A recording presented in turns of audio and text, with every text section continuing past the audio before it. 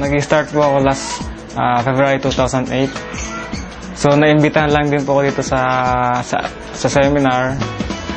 And sabi sa akin ang upline ko, ganitong gawin mo. Pinakinggan ko lang. So, in may 6 months dito sa M Global, nakabili po ko ng first car ko, Lancer GLX 1.6. And after 1 year, nabili ko po itong bahay ko. Katas po ng M Global, 1.2M, cash po yun. Lahat po ng na-recruit ko na estudyante, nakabili po ng tigit-tigisang kotse. 8 po sila. Nakakabalaw sila yan. Isa lang estudyante, 20 years old. Ngayon, may sarili ng kotse, may sarili ng bahay. Grabe, na-inspired ako sa kanya. Ito, 5 months lang, nakatuhat na. At ang isa doon malupit, yung kapitbahay ko, nakabili din ng unit kagaya nito, worth of 1.2 million dito sa Santa Rosa Heights. Hindi ko akalain makakabili ako nito. Kasi dati lang po ang karga doon ko. Isipin niyo po, estudyante, 21 years old, nakabili ng kotse, nagkaroon ng sariling bahay. Grabe talaga sa M Global, iba talaga, angat sa iba. We are the Pagkanlungan family. Kilala yung Pagkanlungan family sa isang MLM company na pinanggalingan namin, where we've been for the past 8 years. Maganda naman ang resulta namin. Ang income namin combined is about 200,000 pesos a month na. Kanya lang, ang problema doon, kami lang yung kumikita. Napansin namin, may basic flow yung marketing plan, na yung mga downlines, nahihirapang umangat. Hindi nila mapantayan yung naabot namin. Naisip namin na maghanap ng kumpanya na paborable sa lahat, especially sa downlines.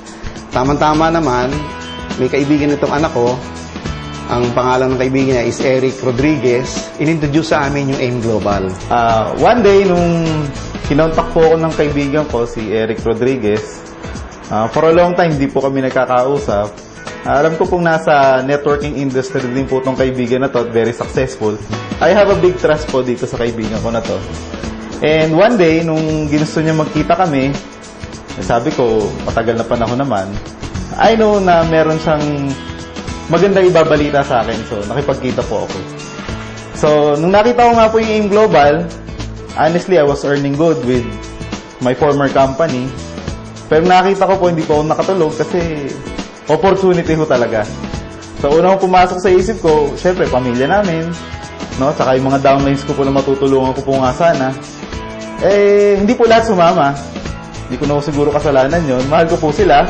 Pero yung mga sumama ho dito, isa na ho doon, banggitin ko si June Atlas. Nakapaglabas po agad ng kotse, 2 buwan pa lang hinahataw. Masaya ako kasi andito ko kami lahat and I know we made a very good decision. So, nag-join kami sa AIM Global ng August of last year, 2008. Ngayon, we've earned 1 million pesos already, buong pamilya.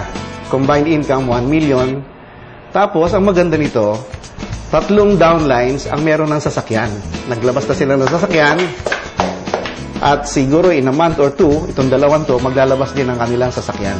Ang maganda sa amin, hinataw namin ng buong pamilya. Talagang sa umaga, wala kaming pinag-uusapang buong pamilya sa almusal, kundi AIM Global. Hanggang gabi, AIM Global. Hataw kami buong pamilya, walang tigil talaga yan. Sa tulong ng mga uplines namin, talagang tulong-tulong kami na ang AIM Global is the next level in network marketing. Hindi lamang sa Pilipinas, kundi sa buong mundo. Talagang ang AIM Global, angat sa iba!